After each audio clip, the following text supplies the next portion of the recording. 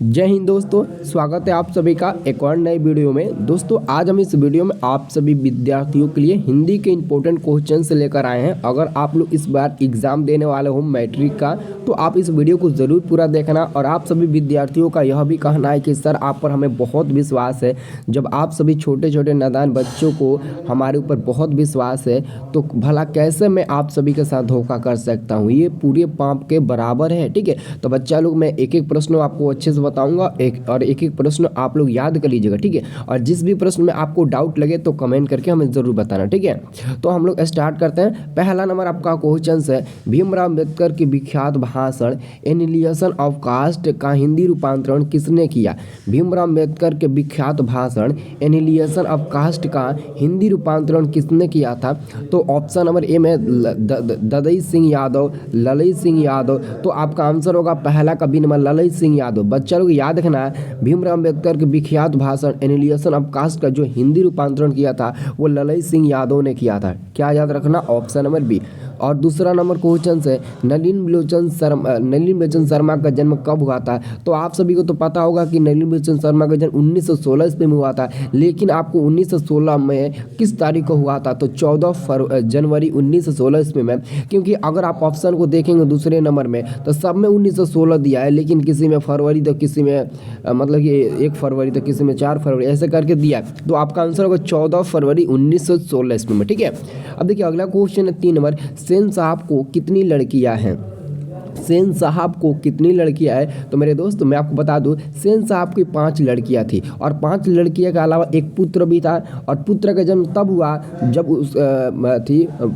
जब उसका माता और पिता बुढ़ापे के अंतिम पड़ाव पर पहुंच चुके थे, तब पुत्र का जन्म हुआ, लेकिन उससे पहले उनकी 5 लड़कियां थी। ठीक है, और विद्यार्थी अगर आप लोग हमारे चैनल पर नए आए हैं तो मैं आप लोगों के लिए व्हाट्सएप ग्रुप का लिंक दिया हूँ वीडियो के डिस्क्रिप्शन में। आप बिना 1 भी रुपया पेड किए उसमें ज्वाइन हो सकते हो। केवल एक बार जाइए, उस लिंक पर क्लिक करिए, आप फटाक से हमारे उस व्हाट्सएप ग्रुप में जुड़ जाएंगे। 1 भी रुपया आपको नहीं लगेगा। ठीक है, और साथ में चैनल को सब्सक्राइब कर लेना। आपको मैं ऐसे ही हमेशा क्वेश्चंस बताता रहूँगा, ऑल सब्जेक्ट का, केवल हिंदी का ही नहीं। ठीक है, 4 नंबर क्वेश्चन है, अग्रजा शब्द में प्रत्यय। तो मैं आप लोगों को बताया था ना कि अगर प्रत्यय पहचानना हो तो किसी शब्द के अंत वाले में देखना, और अगर आपको उपसर्ग पहचानना है तो शब्द के पहले में देखिएगा। ठीक है, तो यहाँ पर आप लोग देख सकते अग्रजा शब्द में आपको प्रत्यय ढूंढना है। ठीक है, तो हम क्या करेंगे, सबसे पहले अगर हम करते हैं अग्र प्लस अगर अज्जा हम लोग कर देते हैं तो ये क्या बन जाएगा, तो ये पूरा का पूरा अग्रजा बन जाएगा। तो ये पूरा का पूरा अग्रजा जब बन जाएगा तो हम लोग आसानी से बता देंगे जो अंत में आपको जुड़ा गया है वही आपका प्रत्यय होगा। तो अज्जा आपका प्रत्यय होगा। अब ये नहीं कि आ होगा, आ डी नंबर वाला, क्योंकि बहुत लोग डी नंबर पर भी टिक लगाएंगे, क्योंकि अग्र प्लस अज्जा से अग्रजा बनेगा। ठीक है, अग्रजा बनेगा। ठीक है, चलिए अगला क्वेश्चन आपका आ रहा है, मदन किसका बेटा था। अब बताइए मदन किसका बेटा था। यह उसी पार्ट का क्वेश्चन है जिसमें सेन साहब की 5 लड़कियां थी और सेन साहब के एक लड़का भी था, उसी पार्ट का है। और उसी पार्ट में मदन किसका बेटा था। तो सेन साहब के यहाँ किरानी का काम करता था एक व्यक्ति जिसका नाम था गिरधर लाल, और उसी गिरधर लाल का बेटा था मदन। उसी गिरधर लाल का बेटा था मदन। तो यहाँ पर आंसर हम क्या देंगे, डी नंबर देंगे। ठीक है, 6 नंबर क्वेश्चन है, महारानी विक्टोरिया के द्वारा किसे नाइट की उपाधि प्रदान की गई थी। ये तो क्वेश्चन काफ़ी इंपॉर्टेंट है यार, बहुत इंपॉर्टेंट है। ठीक है, तो मैक्स मुलर को, वेरी गुड आंसर होगा आपका बी नंबर, मैक्स मुलर को महारानी विक्टोरिया के द्वारा किसे नाइट की उपाधि प्रदान की गई थी। तो आंसर आपका होगा बी नंबर, मैक्स मुलर को। ठीक है, अगला क्वेश्चन है आपका 7 नंबर, हिंदी कविता में प्रपंचवाद के प्रवर्तक कौन है। बहुत ही इंपॉर्टेंट क्वेश्चन है, हिंदी कविता में प्रपंचवाद के प्रवर्तक कौन है। तो वही होंगे जो मैं आपको बताया था ना, नलिन बिलोचन शर्मा का जन्म 14 फरवरी 1916 ईस्वी में हुआ था, वो यही होंगे। और नलिन बिलोचन शर्मा किस पार्ट के लेखक है, तो आपको पता होगा ना, 20 के दांत पार्ट के लेखक यही है नलिन बिलोचन शर्मा, जिसमें सेन साहब की 5 लड़कियां हैं, एक मदन है, और सेन साहब की 5 लड़कियों के अलावा उसका एक बेटा है काफ्स, जिसको खोखा भी बोलते हैं। ये उसी पार्ट का क्वेश्चन है। ठीक है, अब यहाँ पर एक और क्वेश्चन पूछ दिया प्रत्यय से। देखिए आपके एग्जाम में देखिए कैसा क्वेश्चन पूछता है व्याकरण में। लकदार कभी कभी उपसर्ग में पूछ देता है, तो कभी कभी लकदार प्रत्यय में पूछ देता है। तो उपसर्ग और प्रत्यय आप सभी विद्यार्थियों के लिए बहुत बहुत ज़्यादा इंपॉर्टेंट है, ठीक है। तो 8 नंबर क्वेश्चन हमारा आएगा, आत्मसात शब्द में प्रत्यय कौन है, बताइए तो। आत्मसात शब्द में प्रत्यय कौन है, ये क्वेश्चन काफ़ी ज़्यादा इंपॉर्टेंट है मेरे दोस्त। आत्मसात शब्द में प्रत्यय कौन है, तो अंत वाले आप लोग देखना, अंत में देखना क्या जुड़ा है, ठीक है। तो अंत में अगर हम क्या करते हैं, आत्मसा में अगर हम लोग त जोड़ दें तो क्या बन जाएगा, आत्मसात बन जाएगा। तो ये आपका आंसर हो जाएगा ये वाला तो विसर्ग, ठीक है। तो हमें आपको यहाँ पर क्या मिलेगा, त, ठीक है। हाँ वेरी गुड आंसर, हाँ यही होगा, ठीक है। क्योंकि प्रत्यय का थोड़ा कुछ नियम भी होता है, ठीक है, जिस नियम के तहत हमको चलना होता है, लेकिन उपसर्ग में कोई भी नियम नहीं होता। देखिए ना उपसर्ग आएगा तो कैसे आएगा, बहुत इंपॉर्टेंट है ये सब प्रत्यय और उपसर्ग, ठीक है। अब देखिए 9 नंबर क्वेश्चन से विचार और वितर्क, क्या कह रहा है क्वेश्चन, विचार और वितर्क किस लेखक की रचना है, किस लेखक की रचना है। तो मेरे दोस्त इसका आंसर होगा हजारी प्रसाद द्विवेदी। क्या होगा, हजारी प्रसाद द्विवेदी। और हजारी प्रसाद द्विवेदी का नाम सुने है ना, नाखून क्यों बढ़ते हैं पाठ के लेखक है। उनके जन्म 1907 ईस्वी में हुआ था। ये सब तो आपको पता होगा, ठीक है। और देखिए अगला क्वेश्चन से आपका 10 नंबर क्वेश्चन से आपका 10 नंबर इंपॉर्टेंट क्वेश्चन से 10 नंबर क्वेश्चन है, नाखून बार बार काटते रहना और अलंकृत करते रहना निरूपित करता है। तो ये देखिए ये तो क्वेश्चन आप लोग बता देंगे, आप ही बताइए नाखून को हम बार बार क्यों काटते हैं, सुंदरता और स्वास्थ्य पर ध्यान देने का। हाँ वेरी गुड, नाखून हम इसलिए काटते हैं ताकि हमारा सुंदरता दिखे, नाखून में कोई बड़ा बड़ा नख न दिखे। अगर किसी को हम हाथ से इधर उधर उलझ जाते हैं तो उसके अगर हमारा नाखून बड़ा है तो उससे लग सकता है, कट भी सकता है, ब्लड भी निकल सकता है, ठीक है। और साथ में हम अगर नाखून नहीं काटेंगे तो हमारा स्वास्थ्य मतलब कि स्वास्थ्य पर ध्यान नहीं रहेगा। यानी कि नाखून में जब मिट्टी हो जाती है ना, तो बहुत पुरानी मिट्टी हो जाती है, जब हम लोग खाना खाते हैं तो उसमें चला जाता है, यानी कि हमारे बीमार भी हम लोग पड़ सकते हैं। इसलिए सुंदरता और स्वास्थ्य पर ध्यान देने के लिए हम लोग ये सब करते हैं, ठीक है। चलिए अगला क्वेश्चन, घृणा शब्द का विलोम। अब देखिए घृणा का विलोम क्या होता है। अगर आप किसी चीज़ से घृणा करते हैं तो किसी चीज़ से घृणा नहीं भी करते होंगे तो घृणा का क्या हो जाएगा, आप बता सकते हैं, हाँ प्रेम हो जाएगा। अगर किसी चीज़ का से आप प्रेम करते हैं तो किसी न किसी चीज़ से आप घृणा भी करते होंगे। हो सकता है कि मेरा नाम रंजन है, आप मेरे मतलब कि आप रंजन सर से प्रेम करते हैं, ठीक है, यानी कि प्यार करते हैं। और हो सकता है कि आप रंजन सर से घृणा भी करते होंगे, तो इसका मतलब वही ना हुआ। हाँ वेरी गुड, बहुत बढ़िया, क्या बात है। अगर आप लोग ऐसे कमेंट करोगे ना तो मैं कसम से बोलता हूँ ना, कोई भी ऐसा विद्यार्थी नहीं होगा जो कहेगा सर मैं सेकेंड डिवीजन आया हूँ। हर विद्यार्थी कहेगा सर मेरा तो फर्स्ट आया है, फर्स्ट आया है, फर्स्ट, केवल फर्स्ट कहेगा। और फर्स्ट में भी 400, 450, 420, 430 बोलेगा, ठीक है। चलिए अब देखिए अगला क्वेश्चन से आपका 12 नंबर आपका क्वेश्चन से, हवा शब्द का लिंग निर्णय करें। यानी कि हवा क्या है, हवा पुल्लिंग है या फिर स्त्रीलिंग है। तो ऐसे तो आप लोग पहचान नहीं सकते, तो हवा से एक शब्द बना, एक वाक्य बनाइए। जैसे कि हवा बह रही है, तो बह रही है, ठीक है, हवा बह रही है, अंत में क्या है, रही है। तो रही है मतलब कि वो पक्का लड़की होगी, तो पक्का वो स्त्रीलिंग है। क्या है, वो पक्का स्त्रीलिंग है। यहाँ से तो समझ सकते हैं। लेकिन अगर कोई कहेगा हवा बह रहा है तो ये उतना सूट नहीं खा रहा है ना।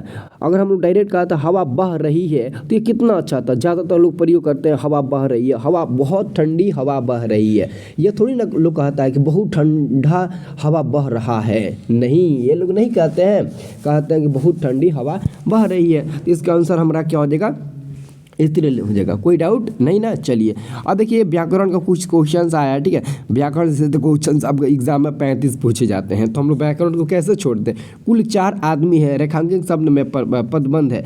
अब आप बताइए कुल 4 आदमी हैं, तो 4 तो समझ लो यहाँ पर संख्यावाचक विशेषण हो गया। बट यहाँ पर कह रहा है कि रेखांकित शब्द कौन पदबंध है, ये क्वेश्चन आपसे पूछा गया है। तो अच्छे से समझिएगा, बी नंबर को देखिए, विशेषण पदबंध है। मैंने आपको बोला था ना कि संख्यावाचक विशेषण हो जाएगा। तो ये केवल पूछा कि कौन सा मतलब है, संज्ञा है या फिर सर्वनाम। तो संज्ञा तो हो नहीं सकता क्योंकि इसमें 4 है, 4 संख्या का बोध करा रहा है, सर्वनाम भी नहीं होगा, क्रिया भी नहीं होगा तो विशेषण होगा, ठीक है। क्या होगा, विशेषण पदबंध होगा, ठीक है। है। तो ऐसा दोस्तों आप लोग किसी भी चीज़ को कितना दिन रटिएगा, कब तक रटते चलिएगा, कम से कम अपने दिमाग से तो सोचिए। जैसे कि प्रश्नवाचक हो गया, प्रश्न पूछने वाला हो गया, ठीक है, पुरुषवाचक हो गया, अगर व्यक्ति का कुछ के बारे में कहा जाए तो पुरुषवाचक में चला जाएगा। ऐसा अगर आप लोग समझिएगा ना तो बहुत आगे जाइएगा, ठीक है। अगले क्वेश्चन से आपका, उसने अपने मित्र का पुस्तकालय खरीदा वाक्य है। अब क्वेश्चन पूछा है उसने अपने मित्र का पुस्तकालय खरीदा वाक्य में है। अब क्या, तो यहाँ पर आप लोग देख सकते मिश्र वाक्य है, यह एक मिश्र वाक्य है। यह क्वेश्चन आप लोगों को मैं अलग से पढ़ाऊंगा, सरल वाक्य, संयुक्त वाक्य, मिश्र वाक्य, ये सभी क्वेश्चन को हम अच्छे से आप लोगों को डिस्कस कराएंगे, ठीक है। अब देखिए अगला क्वेश्चन है 15 नंबर, नक्षत्र लोग किस लेखक की कृति है। ये देखिए नक्षत्र लोग, ये नक्षत्र लोग यानी कि ये आपके हिंदी में अभी तक पाठ नहीं मिला है, लेकिन उनके रचना में, उनके जो भी मतलब कि पाठ परिचय होगा उसमें दिया है। तो अगर आप देखिए ज़्यादातर हिंदी में ध्यान रखना, लेखक का नाम, लेखक का पाठ परिचय, बस वही आप लोग अच्छे से देख लो तो एग्जाम में आप लोग गर्दा मचा दोगे, ठीक है। तो गुणाकर मूल्य का नाम सुने हो ना, गुणाकर मूल्य, ठीक है, हाँ वेरी गुड। तो गुणाकर मूल्य का होगा, इनका भी जन्म महाराष्ट्र में ही हुआ था, ठीक है। अब देखिए अगला क्वेश्चन से, जिसकी उपमा दी जाए के लिए एक शब्द है, जिसकी उपमा दी जाए के लिए एक शब्द आपको बताना है। तो 16 का आंसर होगा उपमान। क्या होगा जी, उपमान होगा, ठीक है। 16 का आंसर क्या होगा, उपमान होगा। जिसकी उपमा दी जाए के लिए एक शब्द है तो उपमान होगा, ठीक है। चलिए अब देखिए अगला क्वेश्चन से 17 नंबर क्वेश्चन है, मराठी भाषा की लिपि क्या है। मराठी भाषा की लिपि क्या है, 17 नंबर क्वेश्चन से मराठी भाषा की लिपि क्या है। तो देखिए आप लोग याद रखिएगा, 17 का आंसर हो जाएगा आपका डी नंबर। मराठी भाषा की लिपि है देवनागरी लिपि। क्या है, देवनागरी लिपि। मराठी भाषा की लिपि क्या है, देवनागरी लिपि है। बहुत इंपॉर्टेंट क्वेश्चन है। मराठी भाषा की जो लिपि है ना वो देवनागरी लिपि होती है। क्या होती है बच्चों, देवनागरी लिपि होती है। अब यहाँ पर 18 नंबर क्वेश्चन है, धारा नागरी के कौन परमार शासक विद्यानुरागी थे। तो ये देखिए अगर आप लोग क्वेश्चन मतलब कि बुक पढ़े हैं तभी आप आंसर दे सकते हैं, ठीक है। इसमें एक दो क्वेश्चन है जो काफ़ी ज़्यादा डिफिकल्ट है, बट आप लोगों को मैं आंसर बता देता हूँ, आप लोग याद रखिएगा। आंसर होगा भोज। क्या याद रखिएगा, भोज। धारा नागरिक के परमार शासक विद्यानुरागी थे, तो भोज थे। कौन थे, भोज थे बच्चे लोग, ठीक है। चलिए अगला क्वेश्चन है, महाविद्यालय नामक कहानी संग्रह किसकी रचना है। महाविद्यालय यानी कि महाविद्यालय किस कहानी में रचना किया गया है। तो विनोद कुमार शुक्ल द्वारा। मछली पाठ के लेखक कौन है, विनोद कुमार शुक्ल। उसी में महाविद्यालय कहानी के बारे में वर्णन किया गया है, ठीक है। चलिए अब देखिए ये तो अलग बात है, ये जो क्वेश्चन है ना 20 नंबर एकदम दिल दहला देगा। अगर आप लोग माँ से प्यार करते हैं तो वीडियो को लाइक ज़रूर करना और चैनल को सब्सक्राइब भी ज़रूर कर लेना अगर माँ से प्यार करते हैं तो, क्योंकि आपको मैं ज़बरदस्ती हर सब्जेक्ट पढ़ाना चाहता हूँ ताकि आप लोगों को तो मन नहीं लगता होगा, एग्ज़ाम के टेंशन होगा कि कैसे एग्ज़ाम में देंगे, बट मेरे को कोई टेंशन नहीं है क्योंकि मेरे को ना आप लोगों को बलबस्ती पढ़ाना है, जिम्मेदारी लेकर पढ़ाना है, इसलिए मैं कुछ अलग करना चाहता हूँ, ठीक है। तो क्वेश्चन है, बहादुर की माँ गुस्से से पागल क्यों हो गई थी। ये क्वेश्चन काफी इंपॉर्टेंट है, ठीक है। भगवान ना करे किसी की माँ के साथ ऐसा हो, क्योंकि माँ मेरी बहुत प्यारी है, आई लव यू माँ, ठीक है। तो यहाँ पर हम लोग 20 नंबर जो क्वेश्चन है ना, बहादुर की माँ गुस्से से पागल क्यों हो गई थी, तो यहाँ पर आप लोगों को समझना चाहिए, जब भैंस को बहादुर ने बहुत पीट दिया था, बहुत मार दिया था, तो भैंस ना मतलब कि मार खाकर दौड़ी अपनी माँ के पास चली आई, माँ के पास यानी कि बहादुर के माँ के पास चली आई। तो देखी बहादुर की माँ कि इसे बहुत ज़्यादा चोट लगा है, पक्का इसे अपना बेटा बहादुर ही मारा होगा। इसी गुस्से के कारण बहादुर को भी डंडे से जमकर पिटाई कर दी थी बहादुर की माँ ने, और उसी कारण बहादुर गुस्से से 11 के कुछ रुपया लेकर और वहां से भाग गया, यानी कि अपने घर से भाग गया था। यहाँ पर आप लोग समझ सकते हैं बहादुर ने भैंस को मारा था, जिसके कारण माँ मतलब गुस्से से पागल हो गई थी और डंडे से बहादुर को जबरदस्त पिटाई कर दी थी, ठीक है। जब भैंस को मारोगे तो भैंस को भी तो चोट लगता है ना, हर जानवर को चोट लगता है, बट वो आपके जैसा बोल नहीं सकता है। अगर आपके जैसा बोलता ना तो आपको पता चलता है हर जीव को चोट लगता है, हर जीव एक जीव होता है, ठीक है। चलिए अगला क्वेश्चन से आपका है, 21 नंबर क्वेश्चन है, किसने सोवियत संघ पर आक्रमण किया? किसने सोवियत संघ पर आक्रमण किया? तो 21 यानी कि 21 का आंसर होगा आपका बी नंबर, हिटलर ने ही सोवियत संघ पर आक्रमण किया था। सोवियत संघ पर किसने आक्रमण किया था? तो हिटलर ने किया था। आंसर होगा आपका बी नंबर, हिटलर ने किया था। किसने किया था बच्चा लोग? हिटलर ने किया था। अब देखिए अगला क्वेश्चन आपका है 22 नंबर क्वेश्चन है, यदि मनुष्य परिस्थितियों का नियामक नहीं है तो परिस्थितियां भी मनुष्य की, अरे वाह भाई क्या बात है, वाह मज़ा आ गया। यदि मनुष्य परिस्थितियों का नियामक नहीं है तो परिस्थितियां भी मनुष्य की नियामक नहीं है या फिर है? बच्चा लोग देख लो ना, नियामक नहीं है। अगर यदि मनुष्य की परिस्थितियाँ नियामक नहीं है तो पक्का परिस्थितियों का भी तो नियामक मनुष्य नहीं होगा, नियामक नहीं होगा। Very good. अब देखिए अगला क्वेश्चन है, ये मुहावरा पूछा गया है तो मुहावरे में थोड़ा दिमाग लगाना पड़ता है। गुदड़ी का लाल मुहावरे का अर्थ बताइए। गुदड़ी के लाल मुहावरे का अर्थ होता है गरीब के घर में गुणवान का उत्पन्न होना, गुदड़ी का लाल मुहावरे का अर्थ होता है। ठीक है, याद रखना ये बी नंबर वाला आंसर होगा।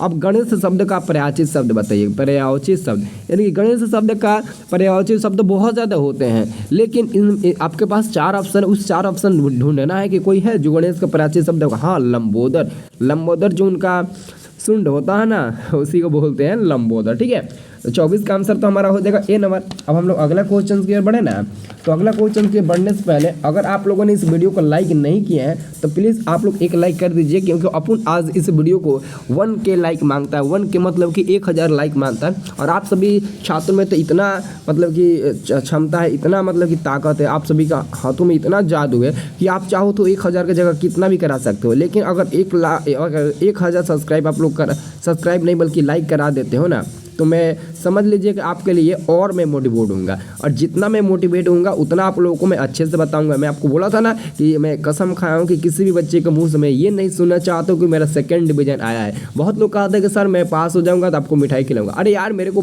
पास नहीं चाहिए, मेरे को 1st डिवीजन चाहिए, और मेरे को मिठाई नहीं चाहिए। मिठाई आप अपने माता पिता को दीजिएगा, आप अपने घर वाले को दीजिएगा, मेरे को क्यों दीजिएगा? आप अपने माता पिता को खिला दीजिएगा, अपने घर को खिला दीजिएगा, मैं खुश हो जाऊँगा। ठीक है, तो 25 नंबर क्वेश्चन है, प्रतिदिन शब्द कौन समास है? प्रतिदिन, एकादिन, प्रतिदिन, इन सभी में ना आपके कौन सा समास उत्पन्न होते हैं? मैं आपको बहुत अच्छे से ट्रिक बताता हूँ। अव्ययीभाव समास होते हैं, जैसे कि क्या हो गया, प्रतिदिन हो गया। हाँ, वेरी गुड। हाँ, अव्ययीभाव समास होता है। ठीक है, अब देखिए अगला क्वेश्चन है, यशोधारा शब्द का संधि विच्छेद, यानी कि यशोधारा शब्द का संधि विच्छेद हम लोग कैसे कर पाएंगे? तो यश प्लस धारा कर दीजिए ना, हो जाएगा, क्योंकि ये विसर्ग को हम लोग, हाँ वेरी गुड, बहुत बढ़िया, आप लोग समझदार हो। जहाँ विसर्ग दिखे वहीं पर आप लोग टिक लगा देना, ये दिमाग आप लोग सही लगाए। सर बी से डी में कहीं विसर्ग नहीं है, लेकिन ऑप्शन में ए में विसर्ग है, तो पक्का यही होगा। हाँ बिल्कुल पक्का यही होगा, मैं भी बोल रहा हूँ यही होगा। ठीक है, चलिए अगला क्वेश्चन से आपका 27 नंबर, इनमें शुद्ध वाक्य कौन है? आपको शुद्ध वाक्य पहचानने आता है? जैसे मैं बोल दूंगा, मैं किताब पढ़ता हूँ, मैं किताब पढ़ता गया, मैं किताब पढ़ता थी, ऐसे आएगा प्रश्न तो आप पहचानोगे। जैसे क्वेश्चन क्या है, इनमें से शुद्ध वाक्य कौन है? जैसे कि शब्द तो केवल संकेत मात्र है, शब्द तो केवल संकेत है, शब्द तो केवल संकेत का ही मात्र है, इनमें से कोई नहीं। तो देखिए आपका करेक्ट आंसर होगा बी नंबर वाला, शब्द तो केवल संकेत होता है, शब्द केवल संकेत होता है। ये तो 100% सही बात है, और एक कहावत भी है। ठीक है, इस बार एक कहावत भी आता है। ठीक है, अच्छा नहीं कोई बात नहीं, कोई बात नहीं, बच्चा लोग छोटे छोटे गाँव में बड़ी बड़ी बातें होती रहती है। ठीक है, हाँ ये बात है। चलिए अब देखिए, हाँ सही बात है, छोटे छोटे गांव में बड़ी बड़ी बातें होती रहती है, लेकिन कुछ होता नहीं है। अब देखिए अगला क्वेश्चन 28 नंबर, कवि घनानंद किस बादशाह के यहाँ मीर मुंशी का काम करते थे? हाँ, मोहम्मद शाह रंगीले के यहाँ। बच्चा लोग, कवि घनानंद किस बादशाह के यहाँ मीर मुंशी का काम करते थे? तो मोहम्मद शाह रंगीले के यहाँ, मोहम्मद शाह रंगीले के यहाँ काम करते थे। अब देखिए अगला क्वेश्चन है, जब जन्म के 6 घंटे बाद किनकी माता का देहांत हो गया था? नहीं यार, ये मैं क्या बोल दिया, ये क्वेश्चन दिया लेकिन इस क्वेश्चन को मेरे को बोलना नहीं चाहिए, पाप लगेगा। प्लीज़ आप माफ़ कर दीजिएगा, इस क्वेश्चन को आप अपने मन से पढ़ लीजिएगा। ठीक है, इसका आंसर होगा, आपका आंसर मैं बता देता हूँ, इसका आंसर होगा ऑप्शन नंबर बी, सुमिंद्रानंद पंत। ठीक है, क्योंकि मैं माँ से प्यार करता हूँ, ऐसा मैं नहीं बोल सकता। ठीक है, तो प्लीज़ आप इस क्वेश्चन को अपने मन में पढ़ के इसका आंसर दीजिएगा। ठीक है, चलिए अगला क्वेश्चन हमारा है, फावड़े और हल राजदंड बनाने को है। फावड़े और हल राजदंड बनाने को है। यह पंक्ति किस कविता की है? यह पंक्ति किस कविता की है? तो 30 का आंसर होगा जनतंत्र का जन्म। आंसर होगा ए नंबर जनतंत्र का जन्म। बच्चा लोग क्या होगा? आंसर होगा ए नंबर जनतंत्र का जन्म। आंसर होगा ए नंबर 30 का। जबकि अगला क्वेश्चन हमारा आएगा, अगला क्वेश्चन हमारा 31 नंबर क्वेश्चन से कह रहा है ना कि एक वृक्ष की हत्या कविता किसकी रचना है? तो कुंवर नारायण। एक वृक्ष की हत्या कवि के लेखक कौन है? तो कुंवर नारायण होंगे। आंसर तो आपके पास सी नंबर हो जाएगा 31 का। जबकि 32 नंबर क्वेश्चन है वीरेंद्र डंगवाल का पहला कविता संग्रह। तो पहला कविता संग्रह इसी दुनिया में है, इसी दुनिया में, यही नाम है इसी दुनिया। वीरेंद्र डंगवाल का पहला कविता संग्रह कौन है? तो इसी दुनिया में। आपका आंसर होगा ये बी नंबर वाला। अच्छे से देखना बच्चे लोग, ठीक है। अब देखिए अगला क्वेश्चन 33 नंबर प्रश्न है प्रकृति सौंदर्य की कविता के लिए विख्यात कवि है। प्रकृति सौंदर्य की कविता के लिए विख्यात कवि कौन है? तो 33 का आंसर होगा आपका ऑप्शन नंबर बी सुमिंद्रानंद पंत, ठीक है। अब देखिए अगला क्वेश्चन है 34 नंबर किस कवि ने वर्णाश्रम व्यवस्था और कर्मकांड का विरोध करके निर्गुण ब्रह्म की भक्ति के आधार का प्रचार किया था? तो ये कौन हो सकता है? तो हमारे गुरु नानक के अलावा और कोई नहीं हो सकता है। गुरु नानक जी के अलावा और कोई हो ही नहीं सकता है, ठीक है। अब देखिए अगला क्वेश्चन से आपका 35 नंबर क्वेश्चन है नगर संवेदना के कवि है। नगर संवेदना के कवि है तो 35 का आंसर होगा बी नंबर वीरेंद्र डंगवाल। नगर संवेदना के कवि कौन है? तो वीरेंद्र डंगवाल जी होंगे। आंसर होगा बी नंबर दुर्दांत मानवीय विभीषिका का चित्रण करने वाली कविता है। दुर्दांत मानवीय विभीषिका का चित्रण करने वाली कविता है। तो 36 का आंसर होगा ए नंबर हिरोशिमा होगा। आंसर होगा ए नंबर हिरोशिमा, ठीक है। 36 का आंसर होगा ए नंबर हिरोशिमा। अब देखिए अगला क्वेश्चन है, ठीक है। अगला क्वेश्चन आपका है 37 नंबर, ठीक है। 37 नंबर क्वेश्चन से आपका गुरु नानक के पद है। अब आपको गुरु नानक जी के पद बताना, आप ही बताइए, अच्छे से सोचिएगा तो ये बता देंगे क्वेश्चन, एकदम पक्का मैं बोल रहा हूँ। हाँ, प्रेम और भक्ति के मधुर गीत। वेरी गुड, वाह क्या बात है यार, बहुत बढ़िया। प्रेम एवं भक्ति के मधुर गीत। अब देखिए अगला क्वेश्चन 38 रसखान द्वारा कृष्ण लीला का गान किया गया। रसखान द्वारा कृष्ण लीला का गान किया गया तो किसके रूप में किया गया था? हाँ वेरी गुड, बहुत बढ़िया।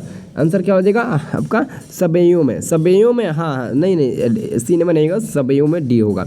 अब देखिए अगला क्वेश्चन है कवि प्रेमगन द्वारा अधिकांश काव्य रचना किस भाषा में की गई थी? यानी कि कवि का प्रेमगन के द्वारा जो अधिकांश उनका काव्य रचना थी वो किस भाषा में की गई थी? तो मैं आपको बता दूं वो ब्रज भाषा और अवधी में की गई थी। सबसे ज़्यादा ब्रज भाषा और अवधी में की गई थी, हिंदी में नहीं। चलिए अगला क्वेश्चन हमारा आ रहा है 40 नंबर क्वेश्चन है स्वर्ण किरण किस कविता की रचना है? स्वर्ण किरण किस कविता की रचना, किस कवि की रचना है? सॉरी, किस कवि की रचना है? तो हमारे होंगे कवि सुमिंद्रानंद पंत। क्या होंगे? सुमिंद्रानंद पंत जी होंगे। अगला क्वेश्चन है आत्मजयी नामक प्रबंध काव्य किस कवि द्वारा लिखा गया है? ठीक है, आत्मजयी नामक प्रबंध किस कवि द्वारा लिखा गया है? तो 41 का आंसर होगा सी नंबर कुंवर नारायण। क्या होगा जी? कुंवर नारायण। आंसर होगा आपका सी नंबर, बिल्कुल होगा सी नंबर, ठीक है।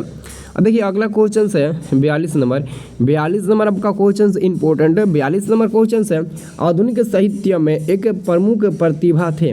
आधुनिक साहित्य में एक प्रमुख प्रतिभा थे तो 42 का तो आंसर हो जाएगा ऑप्शन नंबर ए हो जाएगा शाही वत्स्यायन। यानी कि इसका पूरा नाम क्या है? अज्ञाय का पूरा नाम क्या होता है? सच्चिदानंद हीरानंद वत्स्यायन अज्ञाय, यही इनका पूरा नाम होता है, ठीक है। सबसे सच्चिदानंद हीरानंद वत्स्यायन, ठीक है। और साथ में क्या होगा? आंसर होगा आपका हाँ वेरी गुड ए नंबर। चलिए अगला क्वेश्चन है किसने जिंदगी में पहली बार अस्पताल का विरोध नहीं किया था? किसने अपनी जिंदगी में पहली बार अस्पताल का विरोध नहीं किया था? तो 43 का आंसर होगा। 43 का आंसर क्या होगा? हाँ माँ के अलावा, क्योंकि माँ तो माँ होती है ना। अगला क्वेश्चन, माँ रात के कितने बजे हॉस्पिटल से लौटकर आई? माँ रात में कितने बजे हॉस्पिटल से लौटकर घर आई थी? तो 11:15 बजे माँ ने हॉस्पिटल से लौटकर घर आई थी। ठीक है, अब देखिए अगला क्वेश्चन है 45 नंबर क्वेश्चन है, गांव में जुआरी किस्म का व्यक्ति कौन था? तो रंगपा था। रंगपा का नाम सुनो ना, रंगपा। यह गांव में एक जुआरी किस्म का व्यक्ति था। ठीक है, जुआ खेलता था, बदमाशी करता था, छेड़खानी भी करता था। ठीक है, यानी कि बहुत बदमाश था। अब देखिए अगला क्वेश्चन है, सातकोड़ी होता किस भाषा का प्रमुख कथाकार है? तो सातकोड़ी होता जी जो है ना, वो उड़िया भाषा के कथाकार है। और ये क्वेश्चन बहुत ज़्यादा बार पूछा गया आपके बोर्ड एग्जाम में। ठीक है, अब देखिए अगला क्वेश्चन है 47, देवी नदी बांध के नीचे किसका घर था? तो देवी नदी के बांध के नीचे लक्ष्मी के अलावा और किसका घर हो सकता है? और लक्ष्मी के पति का क्या नाम था? लक्ष्मण। और लक्ष्मण कहाँ नौकरी करते थे? तो लक्ष्मण आपके नौकरी करते थे कलकत्ता में। ये भी क्वेश्चन एग्जाम में आया है। ठीक है, चलिए अगला क्वेश्चन हम लोग देखें। अगला क्वेश्चन देखने से पहले प्लीज़ वीडियो को लाइक जरूर करना, चैनल को सब्सक्राइब कर लेना, डिस्क्रिप्शन बॉक्स जाकर चेक करो, व्हाट्सएप ग्रुप का लिंक मिलेगा, बिना पैसा पेमेंट किए व्हाट्सएप ग्रुप में भी जुड़ सकते हो। ठीक है, 48 नंबर प्रश्न है, मंगू के अलावा माँ के कितने संतानें थी? अब क्वेश्चन तो इंपॉर्टेंट पूछ दिया कि मंगू के अलावा और माँ की संतानें थी। हाँ, कितने? 2 या फिर 3, मंगू को छोड़कर, मंगू के अलावा। ठीक है, आप लोग बताइए कमेंट करके, किसने सीता को रसमलाई भेजी थी? सीता को किसने रसमलाई भेजी थी? तो आंसर होगा आपका ए नंबर, पुष्पा ने रसमलाई भेजी थी। सीता को किसने रसमलाई भेजी थी? तो पुष्पा ने ही रसमलाई भेजी थी। ठीक है, अब देखिए अगला क्वेश्चन है, सीता के बड़े लड़के का क्या नाम था? सीता के बड़े लड़के का क्या नाम था? कितने लोग बता पाएंगे? कैलाश या फिर, हाँ कैलाश ही ना होगा। वेरी गुड, बहुत बढ़िया। सीता के बड़े लड़के का क्या नाम था? कैलाश नाम था। ठीक है, अब देखिए अगला क्वेश्चन है आपका, सुजाता की कितनी कृतियाँ प्रकाशित हो चुकी है? 25 से अधिक सुजाता की कृतियाँ अभी प्रकाशित हो चुकी है। ठीक है, तो बच्चा लोग मैं इस वीडियो में आपको इतना ही बता पाया, यानी कि इतना नहीं बल्कि 51 बता पाया। ठीक है, मैं आपको चैलेंज देता हूँ कि आप लोग जितना भी समय बचा हो उतना आप हर सब्जेक्ट का मेरे से जो भी मैं बता रहा हूँ क्वेश्चन याद कर लीजिए। आप एग्जाम में इतना नंबर लाइएगा ना, इतना कि आपके घर वाले, आपके पड़ोसी वाले देखते रह जाएंगे, ऐसे गाल पर हाथ रख लेंगे और देखेंगे, अरे वाह क्या बात है, क्या बंदा ने कमाल कर दिखाया। तो अगर आपको कमाल कर दिखाना है, उन लोगों को सामने मिठाई खिलाना है अपने घर वाले को, तो प्लीज़ आप थोड़ा सा मेहनत करिए। मेहनत क्या करिए, मैं जो भी बता रहा हूँ उसको अच्छे से पढ़िए। तो पहले तो आप लोग वीडियो को लाइक कर दो अंगूठा से या फिर उंगली से, और बेल आइकन को दबा दो, चैनल को सब्सक्राइब कर लो। ठीक है, और हमारे व्हाट्सएप ग्रुप में जुड़ जाओ। व्हाट्सएप ग्रुप में जुड़ोगे तो आपको फ़ायदा होगा। आप समझ सकते हो किस चीज़ का फ़ायदा होगा। ठीक है, चलिए दोस्तों मिलते हैं नेक्स्ट वाले वीडियो में, तब तक के लिए जय हिंद जय भारत। कमेंट करके ज़रूर बताना अपनी राय। ठीक है।